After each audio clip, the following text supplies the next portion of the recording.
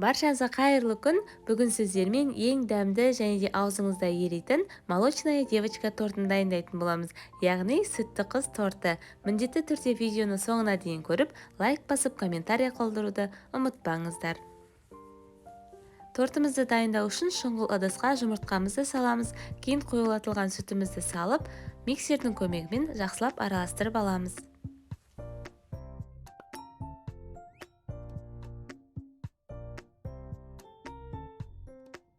Кейін қопсытқышымызды ұнымыздың үстіне салып, барлығын електен өткізіп, жақсылап блендердің көмегімен араластырып аламыз. Кейін ертілген сары майымызды құйып, миксердің көмегімен қамырымызды жақсылап араластырып дайындап аламыз. Ендігі кезекте қамырымызды пісіріп алатын боламыз. Мен осындай пергамент қағаздың үстіне шамамен үлкен қасықпен 2 немесе 3 қасық салып, жұқа етіп осылай жайып аламын. Сізде егерде кольцо болмаса, өзіңіз суретін салып, қалаған формада пісіріп алсаңыз болады. Пергамент қағазынан шешу барысында видеода көрсетілгендей шешуіміз керек. Кейін суытқан кезінде бір-бірінің үстіне қойып, суытуға болмайды, себебі бұл торт нәзік, сондықтан бір-біріне жабысып қалады. Ендігі кезекте кремін дайындайтын боламыз. Менде қант ұнтағы және де 33% сливки.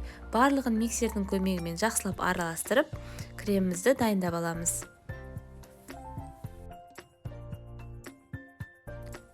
Жақсылап қоржындарымыз суыған соң, кремімізді осылай видеода көрсетілгендей жағып, тортымызды жақсылап жинаймыз. Шамамен арасына 2 немесе 3 қасық крем салып, осылай видеода көрсетілгендей жинап аламыз. Кейін қалған кремді үстіне жан-жағына жағып, тегістеп аламыз. Бетін өз қалауыңызша сәндесеңіз болады. Мендегі бұл вафельная крошки.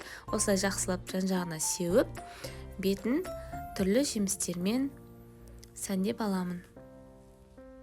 Дайын болған тортымызды 2 немесе 3 сағатқа, болмаса 1 күнге тортымыз жақсылап сіңгенше қойып қоямыз тоңазытқышқа. Кейін өте нәзік әрі дәмді тортыңызды кесіп, қонақтарыңызға ұсынсаңыз болады. Міндетті түрде дайындап көріңіздер, астарыңыз дәмді болсын. Каналға тіркеліп, лайк басып, комментарий қалдыруды да ұмытпаңыздар.